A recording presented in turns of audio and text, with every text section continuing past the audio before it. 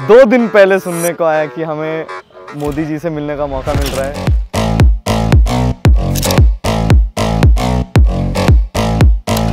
Too fast, too much has happened. ये तो मुझे भी यकीन नहीं हो रहा है, सच्ची बताओ तो कि मैं यहाँ हूँ। वो एक्साइटमेंट अंदर रखना है ना, वो बहुत मुश्किल था मेरे लिए। तो पहले तो हमको देख के ऐसा लगा कि हमारे जो ड्रीम्स थे वो रियलिटी में बदल गए। आई थिंक ये वंस इन अ लाइफ वाला एक चीज़ हो गया जो मैं आई थिंक कभी नहीं भूल पाऊंगी। He is a global leader. Getting to meet him is insane.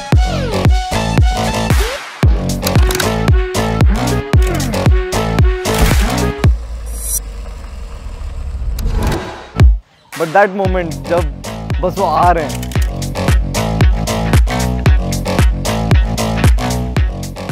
that was like heartbeat stop हो जाने वाला मोमेंट था वो।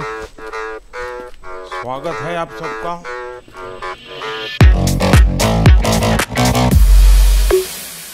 Once he came and sat in front of us, I'm sure सब लोग wonder कर रहे थे, wait, is the same person जो हम टीवी पे देखते हैं। जब सामने बैठे थे तभी भी धक धक हो रहा था बहुत।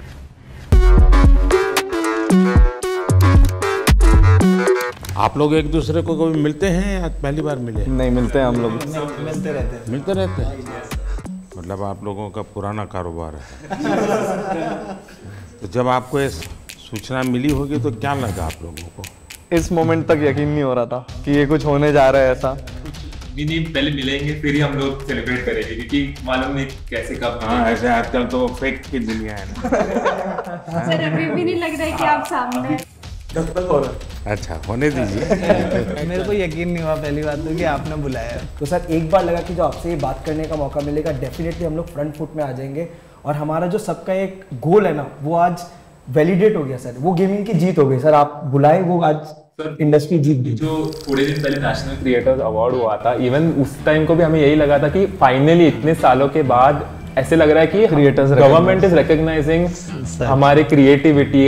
जो हम यूट्यूब पे करते, जो हमें लगता था कि हाँ हमारी लोग देख रहे हैं, फैंस देख रहे हैं, यही हो रहा है। बट आप लोगों ने उस क्रिएटिविटी वाले अवार्ड में भी अप्लाई किया था? मैं तो गया था सर। हम तो बिल्कुल आपके इतने दूर बैठे हुए थे उस टाइम पे, उसमें भी यकीन नहीं हो रहा था। आप परिचय बता दीजिए पहले सबका। नमस्कार सर, मेरा नाम अनिमेश अग्रवाल है। मैं 28 साल का हूँ।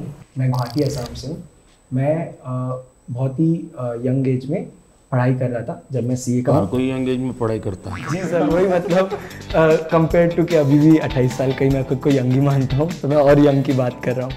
तो मैं सीए का पढ़ाई कर रहा था। मैं सीए फाइनल्स तक पहुँचा था और मैं सीएफए और एफआरएम की भी लेवल 1 दे चुका था।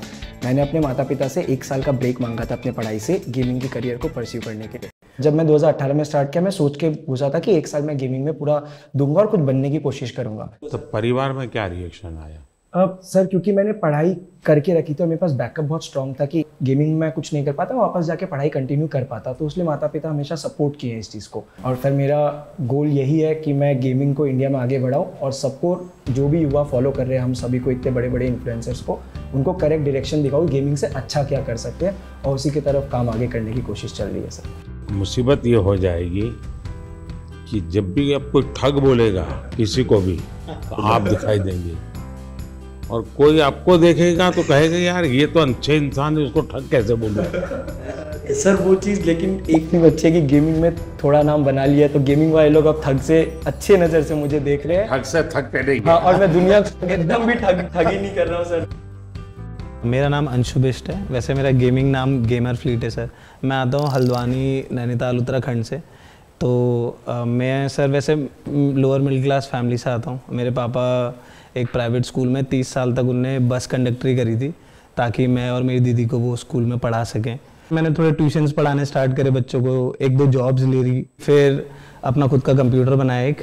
सर आर्थिक स्थिति इतनी अच्छी नहीं थी, तो उनका बनता है कि ऐसे सोचना कि आप समझ रहे हो ना कि आपका बच्चा बस कंप्यूटर में बैठ के चिल्ला रहा है दिन भर, क्योंकि सर थोड़ा होता है कि मतलब चिल्लाना इन द सेंस कि मतलब खुश होना, कि तभी लोग देखते तो खुश होते हैं ना कि अरे वाह इसको कितना मजा आ रहा है, तो उन्हें भी मजा आता है। यानी आपको एक्टिंग भी करनी पड़ती है थोड़ी बहुत, ताकि व्यूअरशिप बढ़े। तो हाँ सर करनी तो पड़ती है सर। सबसे बड़ा ब्रेक थ्रू क्या है आपको इस दुनिया में? सबसे बड़ा ब्रेक थ्रू सर कि मतलब अगर आपको पता चल जाए कि आप क्या करना चाहते हो इन दी एंड सर, जैसा आपका है कि आप देश को आगे ले जाना चाहते हो, आप देश को एक स्तर पे ले जाना चाहते हो बहुत, तो वैसे ही मेरा भी था कि मतलब मैं भी कुछ ऐसा करूं कि दुनिया वाहवाही करे। मेरा नाम नमन माथुर है और लोग मुझे मॉर्टल के नाम से जानते हैं। मैं पला बड़ा मुंबई में ही हूँ, नवी मुंबई में। और जब मैं 4 साल का था मेरे पापा गुजर गए थे। मम्मी ने मुझे और मेरे बड़े भाई को रेस किया, उन्होंने टिफ़िन सर्विस किया, सब कुछ किया। और 2015 में मोबाइल आ गया था हाथ में, तब तो शुरू किया था खेलना। पहले तो स्कूल कॉलेज में दोस्तों से बातें करते करते पता चला होगा। मैं गेमिंग मेरे को खुद से वो यूट्यूब देख के आया था, मैंने उल्टा दोस्तों में फैला दिया था कि खेलो मेरे साथ। मैं बीमार हूँ, तुम भी हो जाए। वायरस मैंने फैलाया वाला। बस 2015 से लेके 18 तक, जब तक मेरा बीकॉम पूरा कंप्लीट हुआ, उतने में मैंने ये फिगर आउट किया कि ये जितने भी फॉरेन यूट्यूबर हैं हम जिन्हें देख रहे हैं, इनके कमेंट सेक्शन में सारे इंडियन हैं। यानी ये सब जो दुनिया भर के अच्छे अच्छे खिलाड़ी हैं, उनमें भी इंडियन सारे कमेंट करने वाले इंडियंस हैं। मेजॉरिटी मेरे को जो दिखते थे इंडियंस ही दिखते थे। और मैंने सोचा कि क्यों ना मैं एक ऐसा कोई वीडियो बनाऊं उनसे इंस्पिरेशन लेके और अपलोड करूं। और मैंने वो वीडियो 2018 में अपलोड किया और वो इंस्टेंटली वही वीडियो जो उस सोच से बना था वायरल हो गया। उसके बाद मैंने स्पोर्ट्स में रिप्रेजेंट किया इंडिया को, अनिमेश से मिला 2018 में। हम लोगों ने कंपनी भी शुरू की अपनी SATL। इमॉर्टल नाम कैसे रख लिया?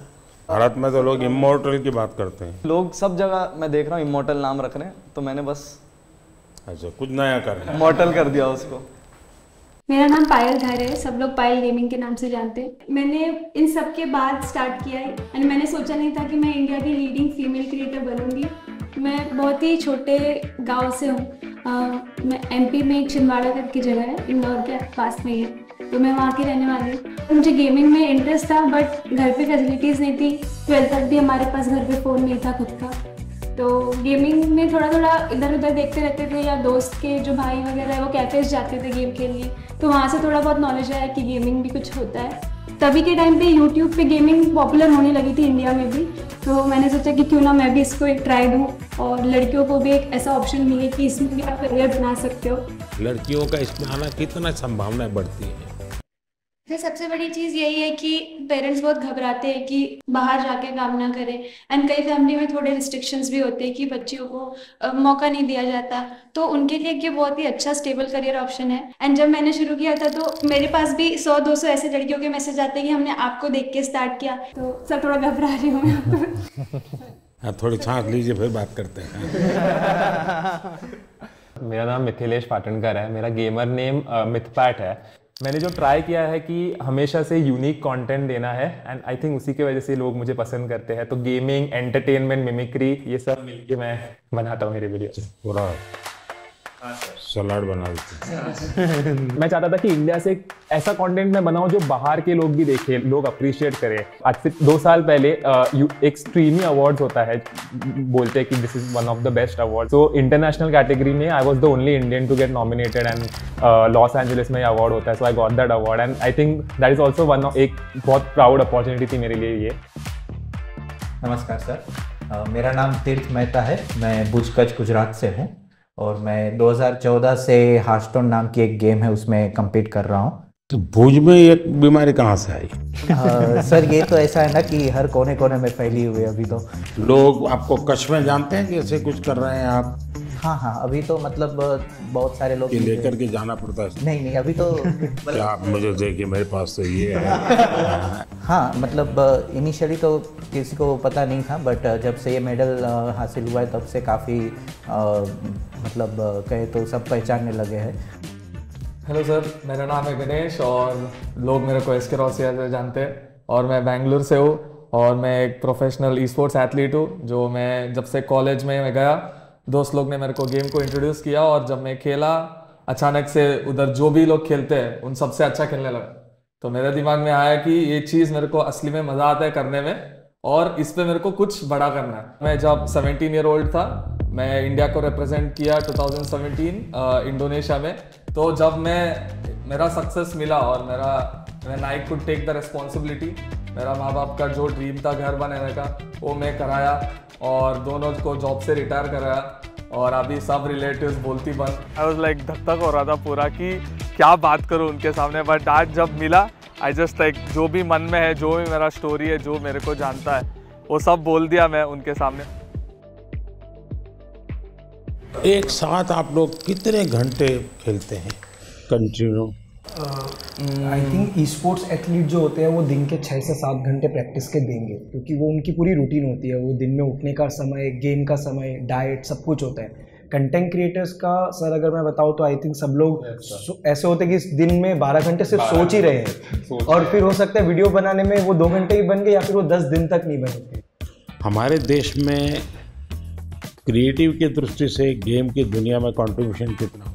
पिछले 2 साल में जो कंटेंट बन रहा है इंडिया में यूट्यूब पे, वो बहुत नेक्स्ट लेवल बन रहा है। लाइक सब ऑफकोर्स लोगों के पास फोन्स आ गए हैं, सबके पास अभी इंटरनेट एक्सेस आ गया, तो हम लोग ऐसा नया नया कंटेंट देख रहे हैं इंडिया में जो आई थिंक वर्ल्ड में किसी ने बनाया नहीं है। मैं शौक हो जाता हूँ कि इंडिया में इतना सस्ता है, इतना मतलब अच्छा है। इवन फॉर एग्जाम्पल अगर गेमिंग बाजू में रखे तो एग्जाम्पल यूपीआई भी ऑल्सो सिस्टम जो बाहर इतना अच्छा नहीं है, मतलब कोई सिस्टम नहीं है जो इंडिया में। It's a blessing. गेमिंग की दुनिया में आज करोड़ों बच्चे हैं, उनको ये मालूम है कि हमारे यहाँ इंटरनेट इतना सस्ता है, उसी के कारण उनके लिए अपॉर्चुनिटी बनी है। पता है? बिल्कुल सर, मैं तो खुद ही मानता हूँ सर कि पूछोगे ना वो सबसे पहले बोलेगा फ्री इंटरनेट। यहाँ पे जो भी बैठा है हम सब, हमारी शुरुआत ही ऐसी हुई है सर। जिस तरह से free internet, cheapest internet I think India के टॉप 5 चीपेस्ट कंट्रीज में आते हैं। तो सर आज के दिन भारत में 15,000 गेम डेवलपर्स कहे जाते हैं एंड 1400-1500 से ज़्यादा गेम स्टूडियोज भी है। सर वैसे तो भारत में अगर आप देखो जो गेमिंग है 5 से 6 साल पहले ही बूम होनी शुरू हुई। 2019 में आई थिंक मैं बोलता हूँ कि गेमिंग काफ़ी स्पीड पकड़ी, रफ्तार पकड़ा, और 2000 सब कुछ मेरे आने के बाद जी। एक ऐसी घटना बताइए किसी के साथ आपको गेमिंग के दरमियान कुछ और आपने कहा और एक स्पार्क कर गया, ऐसा कोई याद आता है? मेरे तो लाइव चैट में आया था, एक लड़का बोला था कि मेरा ब्रेकअप हो गया, तो मैंने बोला था कोई बात नहीं, तेरा भाई तेरे साथ है। देखिए मान लीजिए कि मैं एक बिल्कुल स्टूडेंट हूँ और मुझे कुछ मालूम नहीं है ये गेमिंग की दुनिया क्या है। परसेप्शन का ही मुझे पता है जो ये बच्चे टाइम खराब करते हैं, पता नहीं दिन भर उसी में बैठा रहता है। मुझे याद है मैं परीक्षा पे चर्चा कर रहा था तो मैंने ऐसे कहा कि ये कुछ बच्चे ने मुझे उलट पुलट पूछा, मैंने कहा तो ये पबजी वाला लगता है, ये पबजी वाला है क्या? वो तो मोमेंट था जब आपने ये पबजी वाला है बोला था, तो मैं उस समय पबजी में ही रिप्रेजेंट कर रहा था इंडिया को, और मेरे रिलेटिव्स तब मेरे को ऐसे मम्मी को कॉल करके बोल रहे थे कि ये नमन को बोला था क्या? तब मैं इतने उस रिप्रेजेंट कर रहा था तो वो सबको पता था, तो कहीं आपने मुझे तो नहीं बोला हो, ये डाउट आ गया सबको। ये एक ऐसा क्षेत्र है जो अननोन है। ऐसी स्थिति में क्या आप लोगों को क्या अनुभव आता है जब बच्चों से बात करते हो, उनके परिवार से बात करते हो? कोई तो माँ बाप ये थे कि तुम बंद करो, मेरे बच्चे को बिगाड़ रहे हो। ये तो सर अगर पेरेंट्स मिलते हैं हमें, पेरेंट्स यही बोलते हैं कि हमारे बच्चों को बोलो कि पढ़ाई करे, सिर्फ आपके वीडियोस देखते रहते हैं। तो मैं अच्छा फिर वो काम भी आप ही को कहते हैं। बहुत बार न्यूज़ में देखा है कि पेरेंट्स का क्रेडिट कार्ड यूज करके बच्चों ने गेम्स में इन गेम पैसे होते हैं वो लिए, एंड वो चीज़ बहुत बड़ी न्यूज़ हो जाती है। उससे क्या होता है कि फिर हमें भी अफेक्ट हो जाता है उससे। राइट नाउ मेरा एक ही गोल है कि अगर किसी बच्चे को भी ई स्पोर्ट्स एथलीट बनना है या बहुत स्किल लेवल पे, टॉप लेवल पे खेलना है, उनको मैं कैसे गाइड करूँ, उनका पेरेंट्स को मैं कैसे गाइड करूँ, बिकॉज ये अवेयरनेस बहुत कम लोग के पास है। घर में ऐसा लगता है कि जैसे स्पोर्ट्स एक एक्टिविटी जरूरी है या डांसिंग सीखना, माँ बाप चाहते हैं कि बच्चे को आना चाहिए, क्योंकि वो भी एक व्यक्तित्व के विकास का एक हिस्सा है। लेकिन ऐसी चीज़ों को प्रतिष्ठा मिलने में सदियों की एक पुरुषार्थ रहा है। अगर देखी जाए हमारा देश स्पोर्ट्स में हमेशा बहुत आगे रहा। आज के दिन भारत का one of the most popular sport cricket है, पर अगर 1983 वाली वर्ल्ड कप नहीं जीती तो मे बी सब लोग उतना क्रिकेट में नहीं जाते, और अगर मे बी देश में एक सचिन तेंदुलकर जैसे बड़े नाम नहीं आते तो सब लोग वो बनना नहीं चाहते। सर गेमिंग 5-6 साल पहले ही शुरू हुआ और आज काफ़ी लोग हैं इंडस्ट्री में, कम्युनिटी में हमारे जैसे गेमर जिन्होंने भारत को रिप्रेजेंट करके नाम कमाया। तो सर आई थिंक आज कोई गेमिंग के लिए अगर ये पूछे कि ये क्यों करना है तो मैं उनको यही जवाब देता हूँ कि इसको आप साइड हसल रखिए। जो लोग सोचते हैं अनऑर्थोडॉक्स है, बेकार चीज़ है, टाइम वेस्ट कर रहे हैं लोग अपना, उसको करके आप प्राइम मिनिस्टर, अभी हम लोग प्राइम मिनिस्टर सर के रेजिडेंस में, तो वहाँ तक जाके उनसे बैठ के एक राउंड टेबल में बैठ के उनसे बातें कर सकते हो, तो वो बहुत अनरियल था। और फॉर श्योर लोग अब गेमिंग को एक अलग नज़रिए से देखेंगे कि हाँ ये भी कुछ है और इसमें भी कुछ करा जा सकता है। एज अ गेमर मैं कहूँगा कि ये मेन इम्पोर्टेंट चीज़ जो पीएम सर ने मेंशन की कि डाउन द लाइन ग्रो करना है एक इंडस्ट्री को, तो उसमें एक पेरेंट्स का इन्वॉल्वमेंट बहुत ज़रूरी है। उनका वही पेरेंटल एडवाइस, पेरेंट्स की सपोर्ट करना, वो एक बहुत इम्पोर्टेंट फैक्टर है। आपकी दृष्टि से मुझे बताने जैसी कोई चीज़ आपको लगती है, यार आपको कुछ मन में प्रश्न है, तो आप क्या कोई रेगुलेटरी बॉडी हो सकती है? रेगुलेट शब्द ठीक नहीं होगा, वरना सरकार का स्वभाव होता है हर चीज में हाथ डालना। सरकार का मूल नेचर ये है। अब दो चीजें होती है कि या तो आप उनको दबाने की कोशिश करो, या तो कानूनी सारे बंधन लगा करके उनको अलग करो। दूसरा है कि आप चीज को समझो, समझ करके हमारे देश की रिक्वायरमेंट के अनुसार उसको मॉडिफाई करो, उसको कुछ कानून नियम व्यवस्था के अंदर ढांचा में लाओ, उसकी एक प्रतिष्ठा बढ़ाओ। अगर प्रतिष्ठा बढ़ जाती है तो फिर बुरा करने वालों को बहुत देर लगती है। मेरी तो कोशिश है कि देश की स्थिति इतनी आगे ले जाएं हम कि 2047 तक खास करके मध्यम वर्गीय परिवारों की जिंदगी से सरकार बिल्कुल बाहर निकल जाए। वरना ये कागज लाओ, वो कागज लाओ, ये दो, यहाँ क्यों गया, वहाँ क्यों गया, उसी में ही जिंदगी फंसी हुई है। सरकार की जरूरत गरीब को होती है, उसको मुसीबत के समय सरकार मिलनी चाहिए। सर आई थिंक एक चीज़ जो डेफिनेटली करा जा सकता है ईज़ ऑफ बिजनेस के लिए, सर ई स्पोर्ट्स को आइडेंटिफाई किया जाए। ई स्पोर्ट्स को बहुत टेक्निकली जैसे स्पोर्ट्स आइडेंटिफाई हुआ है, एक अलग से आइडेंटिफाई हो जाए कि ये स्किल बेस्ड गेमिंग है, इसमें कोई पैसों का गेम में पैसे लगा के पैसे जीतने वाला खेल नहीं है। सर अगर वो आइडेंटिफाई हो जाती है और सबको पता चल जाता है ये across all government bodies and all bodies जिनके साथ हमें फाइनेंशियल ट्रांजेक्शन भी करना पड़ता है, वो बहुत महत्वपूर्ण होगा। रेगुलेटरी बॉडी, ऐसा कि आपने कहा कि बंदिश वाली अभी इंडस्ट्री बनी नहीं है क्योंकि अभी बढ़ रही है, तो खुले में बढ़ने देंगे, पर साथ में अगर पुश मिलेगा तो कुछ साल बाद आई थिंक इंडस्ट्री रेडी रहेगी कि सरकार आके उसमें नहीं, इसको कोई बंदिश की जरूरत नहीं, खुले में ही जाना चाहिए, तभी जाकर के ये फले फूलेगा। अगर बंदिश आएगी तो नहीं होगा। क्या आपको ये फेस करना पड़ता है गेमिंग एंड गैम्बलिंग, इन दोनों की लड़ाई आपके सामने आती होगी, तब आप कैसे हैंडल करते हैं? मतलब वो ऐसा समझते हैं कि हम जो फास्ट टाइम मानते होंगे, वेस्ट टाइम मानते होंगे। हाँ, जैसे हम मतलब गेम्स खेलते वो काफ़ी अलग रहती है, बट वो ऐसे समझते अच्छा ये तो हम जैसे लूडो खेलते हैं वैसी कोई गेम हो गई, बट वैसा नहीं है। वो हम कह सकते हैं कि चेस जैसी एक कॉम्प्लेक्स गेम्स हम मोस्टली खेलते हैं, जिसमें बहुत सी मेंटल स्किल्स भी चाहिए रहती है, फिजिकल स्किल्स भी चाहिए रहती है। सर आरएनजी और स्किल बेस्ड गेम को बहुत हाई लेवल में डिफरेंशिएट करें। सर आज भारत के एथलीट्स जाके ओलंपिक्स में प्रपोज है, एशियन गेम्स, कॉमनवेल्थ गेम्स में प्रपोज है। आप लोग एक काम कीजिए, ये जो क्या समस्या है आपकी, मुझे कभी मेल कर दीजिए मेरी ऑफिस में, एग्जैक्टली क्या प्रॉब्लम फेस करते हैं आप। इधर लाइक पेरेंट्स को जब उनके बच्चे लोग बोलते हैं कि गेमर बनना है, पेरेंट्स लोग को समझ में नहीं आता कि एक्चुअल गेमर क्या होता है, क्या करता है। गेमिंग मतलब गेमिंग, गैम्बलिंग भी समझ जाते हैं। तो उस रिगार्डिंग मोदी जी बहुत अच्छा एक्सप्लेनेशन किया कि गेमिंग अलग होता है, गैम्बलिंग भी अलग होता है, और हमने भी बहुत सारी चीज़ें एक्सप्लेन किया। अब इतने सारी मात्रा में बच्चे जुड़ चुके हैं, उनको आप रोक नहीं सकते, तो उनको आप सही रास्ते पर ले जा सकते हो। तो सही रास्ते पर ले जाना है तो आपको लगता है डूज एंड डोंट्स, पढ़ाई करो, ये तो ठीक है, हम कह दिए तो पढ़ाई करो, और क्या क्या बातें आप सोचते हैं कि जिसको उसको केयर करना चाहिए? बच्चे बिल्कुल चाहते हैं कि यही करे, तो हम लोग सर, मैं तो हमेशा अपनी स्ट्रीम पे क्लियर बोलता हूँ, कोई भी आके बोले कि भैया मुझे भी आपके जैसा बनना है, तो मैं तो साफ बोलता हूँ भाई अगर तुम्हें मेरे जैसा बनना है तो जैसे मैं चला वैसे चलो। मैंने कॉलेज किया, कॉलेज के साथ किया, मैंने जॉब करी, मैंने जॉब के साथ किया, जब तक नहीं चला मैंने ऐसा नहीं करा कि सब दुनियादारी छोड़ के मैं बस लगे रहा कि नहीं यही काम करेगा, यही काम करेगा। आज के टाइम पे गेमिंग और ई स्पोर्ट्स मतलब उसमें दो कैटेगरी आती है। जैसे ई स्पोर्ट्स में आप कम्पीट करते हो, और कंटेंट क्रिएशन में ऐसा है कि हम गेम के अराउंड वीडियोस बना रहे हैं, उसमें 4 दोस्त मिलके कुछ फन कर रहे हैं, तो वो लोग देखना पसंद करते हैं लाइव स्ट्रीम में। जो मैं समझ रहा हूँ आपकी बातों से 3 स्टेज है। एक तो है जो गेम खेलने के लिए आने वाला खिलाड़ी, दूसरे वो लोग हैं जरा क्रिएटिव माइंड के हैं, तो उस गेम उसका लाइव स्क्रीनिंग ये वगैरह कर करके बाद में एक छोटा सा वीडियो बनाना, इसमें थोड़ा रंग भर देना वो। और तीसरा जो महत्वपूर्ण है कि गेम इटसेल्फ बनाना। कैसी हमारी जो गेम्स हैं जो बनी है अब तक जो आई है उसकी क्या?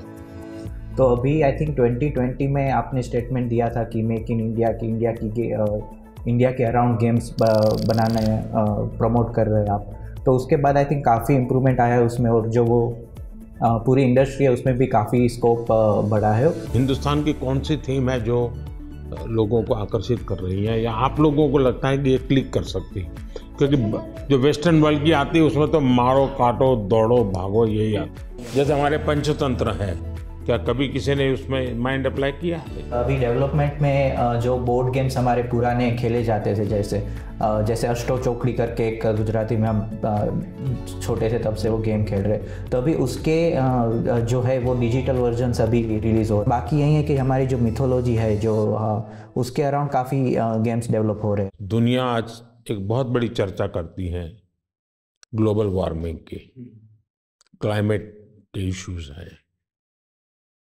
दुनिया में अलग अलग तरीके अपनाए हैं। मैंने दुनिया के सामने अलग विषय रखा है। मैंने कहा है मिशन लाइफ, और लाइफ शब्द से मेरा मतलब है लाइफस्टाइल फॉर एनवायरनमेंट। अगर मान लीजिए मैं एक ऐसी गेम बनाऊं जो क्लाइमेट की चैलेंज को कैसे हम मिट करेंगे, कौन से रास्ते होंगे, किस किस रास्ते से जाएंगे, किस रास्ते से ज़्यादा सफलता मिलेगी, सरलता मिलेगी। जैसे मानो स्वच्छता के विषय को लेकर के ही गेम बने और हर बच्चा खेले। भारत के जो वैल्यूज़ हैं वो नई पीढ़ी उसको जीना सीखे, उसका महत्व समझे और उसको बैकग्राउंड इन्फॉर्मेशन मिले। जैसे हम सभी को गेमिंग इन्फ्लुएंसर्स कहा जाता है, वैसे ही आप इंडिया के सबसे बड़े इन्फ्लुएंसर हैं जिसकी बात सब सुन के मानते भी है। जब आपकी ये बात बाहर आएगी तो मुझे लगता है 100% लोग इस वे में सोचेंगे। सर यहाँ पे जो आप कह रहे हो ना, वैसे एक कैटेगरी है, जैसे शूटिंग गेम्स हो गए, वैसे एक कैटेगरी है गेम्स फॉर चेंज करके, जिसमें जैसे आपने जो ग्लोबल प्रॉब्लम्स बताया, या फिर ऐसे छोटे छोटे जैसे अफ्रीका में ऐसी बहुत सी कंट्रीज है जो स्पेसिफिकली वहाँ की पॉवर्टीज़ कम करने के लिए या वहाँ के कोई जो लोकल इश्यूज है उसको अवेयरनेस उसके लिए बढ़ाने के लिए ऐसी गेम्स स्पेसिफिकली स्टूडियोज़ बनाते हैं। तो आई थिंक ऐसे गेम्स इंडियन स्टूडियोज़ भी कैचअप कर सकते हैं। मुझे विश्वास है कि डाउन द लाइन 2-3 साल में तो ऐसे गेम्स आएंगे भी और वो आगे जाके पॉपुलर भी होंगे, जो कहेंगे हम कि सिर्फ इंडिया के भी नहीं बट ग्लोबल प्रॉब्लम्स को भी एड्रेस करेंगे। मुझे उनकी एक बात जो बहुत अच्छी लगी, एंड शायद मैं भी उस चीज़ को बहुत ज़्यादा कैरी फॉरवर्ड करूँ, अपने ऑडियंस तक भी पहुँचाऊँ, वो ये रहेगा कि आप गेम डेवलपमेंट में घुसो, थोड़े से ऐसे गेम्स डेवलप करो जो हमारे कल्चर या इंडिया कैसे चलता है या हमारा क्लाइमेट या व्हाटएवर ज्योग्राफी, इन सब चीज़ों को देखकर ऐसे गेम्स बनाओ एंड उन चीज़ को हम लोग पुश करने की पूरी कोशिश करेंगे। तो I guess this is something that I would take from him. उन्होंने जो इन्वायरमेंट के लिए चीज़ें बताई कि जो गेम डेवलपर्स हैं उनको इन्वायरमेंट पे फोकस करके इंडिया की ऐसी गेम बनाना चाहिए जिसमें इन्वायरमेंट और हमारे जो क्लीननेस है उसकी तरफ ध्यान देने के लिए, आई थिंक वो मुझे बहुत ही अच्छा लगा। क्या ओपन सोर्स गेम का होता है कि गेम है उसमें 2 चैप्टर किसी और ने जोड़ दिए, 2 स्टेप्स किसी और ने जोड़ दिए, क्योंकि आप जो कहते हैं ना जिसकी उम्र कम होती है, हाँ, उसको जो मॉर्टल है उसको इमॉर्टल बनाना है तो फिर हमें ओपन सोर्स करे और उसमें नई नई चीज़ों को जोड़ने के लिए उसको ओपन करे। तो हो सकता है कि मान लीजिए हमने हनुमान के कैरेक्टर के ऊपर कोई बनाया जी, तो लोगों को अभी ओपन सोर्स है, आप हनुमान के नई नई चीज़ें लेके आइए, तो हो सकता है वो। हाँ सर, बहुत सारे देखिए ये हमारी टीवी सीरियल जैसा काम है, हमारे टीवी सीरियल को एंड ही नहीं है। हाँ। उसका नए नए पोस्ट जोड़ते जाते हैं। सर हम लोग ने वैसे थोड़ा कुछ आपके लिए सोच के रखा था कि आपसे हम लोग इतना कुछ सीखा है, आपको हम लोग गेमिंग का थोड़ा डिक्शनरी आपको सिखाना चाह रहे थे।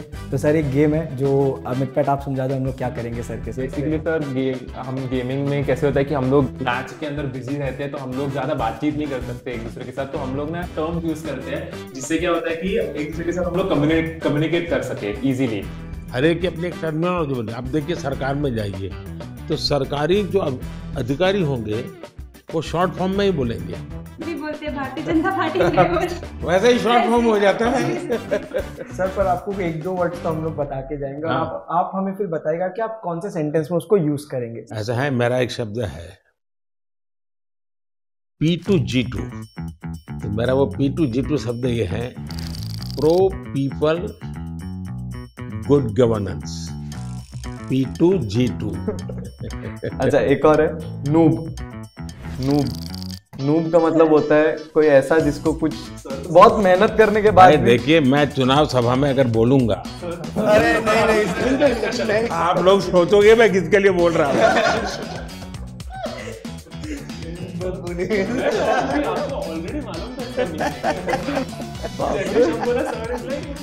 समझ गया। अगर मैं बोल दूंगा तो लोग उसके लिए बोला है। ग्राइंड करके एक वर्ड होता है, तो ये तो खैर आप गेम में भी इस्तेमाल कर सकते हो, आप कहीं भी इस्तेमाल कर सकते हो। ग्राइंड मतलब सर मेहनत करना हो गया बेसिकली। जैसे अगर मैं माइनक्राफ्ट खेलता हूँ तो मुझे उसमें एक एक चीज़ सीखने के लिए ग्राइंड करना पड़ता। तपना सर, तपना, हिंदी में आसान भाषा में तपना। और दूसरा आंसर GT है, गॉट टू है। मतलब हम जनरली कोई भी गेमिंग सेशन एंड करते हैं तो दोस्तों को कहते हैं कि अभी मैं क्लोज कर रहा हूँ, जाना है, तो हम टाइप करते हैं GT, गॉट टू। चलो AFK मतलब अवे फ्रॉम कीबोर्ड, यानी कि आप गेम खेल रहे हो, 4 लोग एक टीम में एक साथ खेल रहे हैं, अचानक से मम्मी ने बुला दिया कि खाना रेडी हो गया, तो वो फोन इधर ऐसे छोड़ के जाएंगे तो वो मतलब गेम में हार जाएंगे। तो टीम मेंबर्स आके हमें, अगर हम चाहते कि टीम मेंबर्स को समझे कि सुनो मैं जा रहा हूँ लेकिन मेरी जगह तुम लोग लो, तो हम लोग AFK लिखते हैं, अवे फ्रॉम कीबोर्ड, मतलब मैं नहीं हूँ पर तुम लोग संभाल लो। यानी एक दूसरे को कह करके जाते हैं, इतनी डिसिप्लिन फॉलो करते हैं। और सर सबसे बड़ी चीज, आपको कूलेस्ट PM कहा जाता है हमारी साइड में। अगर आप देखिए लाइव चैट में भी कहते हैं कि सबसे कूल अगर कोई है तो वो हमारे PM है। एंड आप जैसे मतलब हमारी और आपकी उम्र में काफी डिफरेंस है, लेकिन फिर भी एक नहीं, आपने किसने बताई ये मीडिया में सब आता है, वो सच मत मानो। हाँ मतलब सर आपकी जेंजी है हमारे। हाँ, मैं कलर करके बाल वाइट रखता हूँ ताकि जहाँ लोगों को लगे कि मैं मैच्योर्ड हूँ। आपने एक, मुझे याद है, मुझे बहुत चीज बातें कही थी यूट्यूब फैन फेस्ट में, आपने जब सर सिंपल चीज वही लाइक शेयर सब्सक्राइब, सब लोग पागल हो गए। आप लोग को कूलेस्ट PM को गेमर टैग देना चाहिए। हम लोग सब गेमर्स के नाम है, सर का कोई नाम नहीं है। नाम इंडिया ने मुझे बहुत पहले से नाम दे के रखा है, डबो। तो वो हम लोग क्या कहते हैं, नमो OP in the chat. Sir OP is overpowered, और आपको सबसे ज्यादा ही ओवरपावर्ड, सबसे ज्यादा पावर। सर अभी कुछ आपके साथ गेम्स चलिए थे। सर आप बहुत एक्साइटेड है आपको गेमिंग सिखाने के लिए। आपको ये पहनाता हूँ। हाँ, लूज, फुल लूज। सिर्फ हाथ मूव करना है। हाँ। आगे पीछे मत। जोर से मारिए, हाँ मारिए। मतलब फर्स्ट गो में जिस हिसाब से उन्होंने किया, वी वर माइंड ब्लोन। के सब गेमर आज खुश हो गए हैं। वाओ, कैसा था आपका अनुभव ये खेल के? अच्छा ही है, लेकिन सब आप इतनी जल्दी अडैप्ट भी कर लिया, एक्सपेक्ट नहीं किया था मैंने आप लोगों से ट्रेनिंग लिया। ये देखिए राइट नीचे आना है ना। किसी को नहीं मिल सकता, उतना मुश्किल है मिलना। जो मौका हमको मिला तो this will be the best moment of my life where we played games. आप अंदर चले जाइए यहाँ से। देखिए अब यहाँ पे आ गए आप, स्पीड भी बढ़ चुकी है अब। मैं बहुत खुश हूँ क्योंकि ये एक इंडियन गेम है, फर्स्ट टाइम मतलब सर खेल रहे हैं।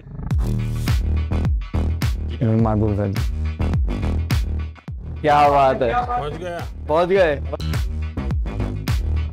गेम इतनी ही है कि नहीं, गेम तो बहुत बड़ा है। इनको मिलेगा एक त्रिशूल मिलता है यहाँ पर, तो वो त्रिशूल लेके फिर उनको आगे बढ़ना होता है। ये देखिए ये त्रिशूल है यहाँ पे, तो जैसे ये इन्होंने ई दबाएंगे तो इनको ये त्रिशूल मिल जाएगा। अब इनको पहला हथियार अपना वेपन मिल चुका है।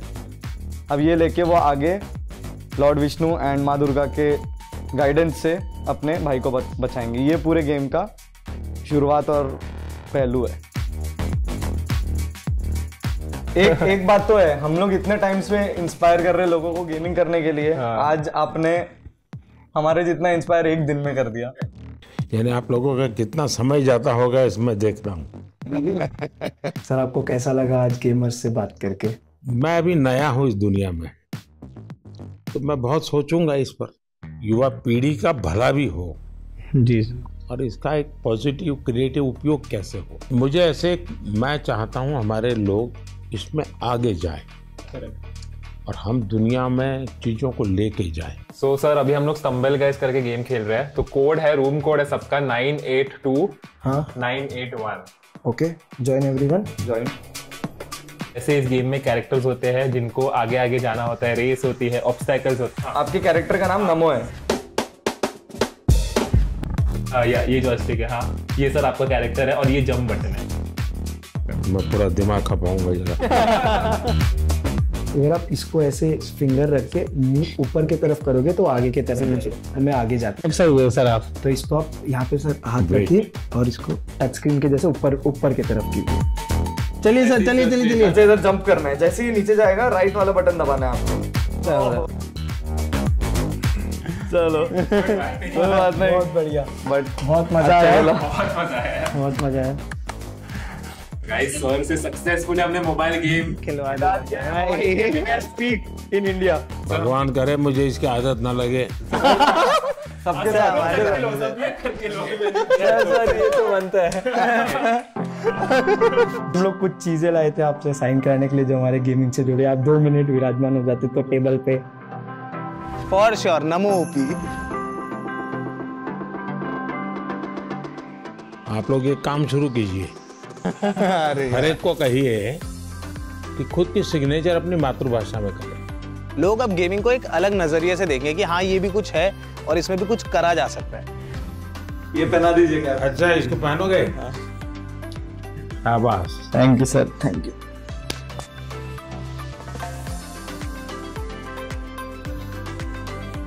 सर आपके साथ में से कैसे फोटो जिसका कन्वर्ट कर दो जैसे गेम में हम। हाँ चलिए। I think Indian gaming peaked today. Who is the biggest influencer in India? It's our Prime Minister. हमने उनसे मिले।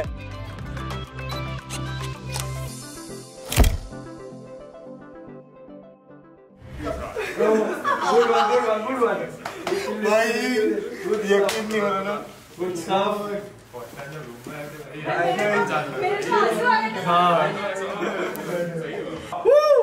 मजा आ गया। मम्मी पापा तुम्हारा बेटा मोदी जी के साथ मिल गया है।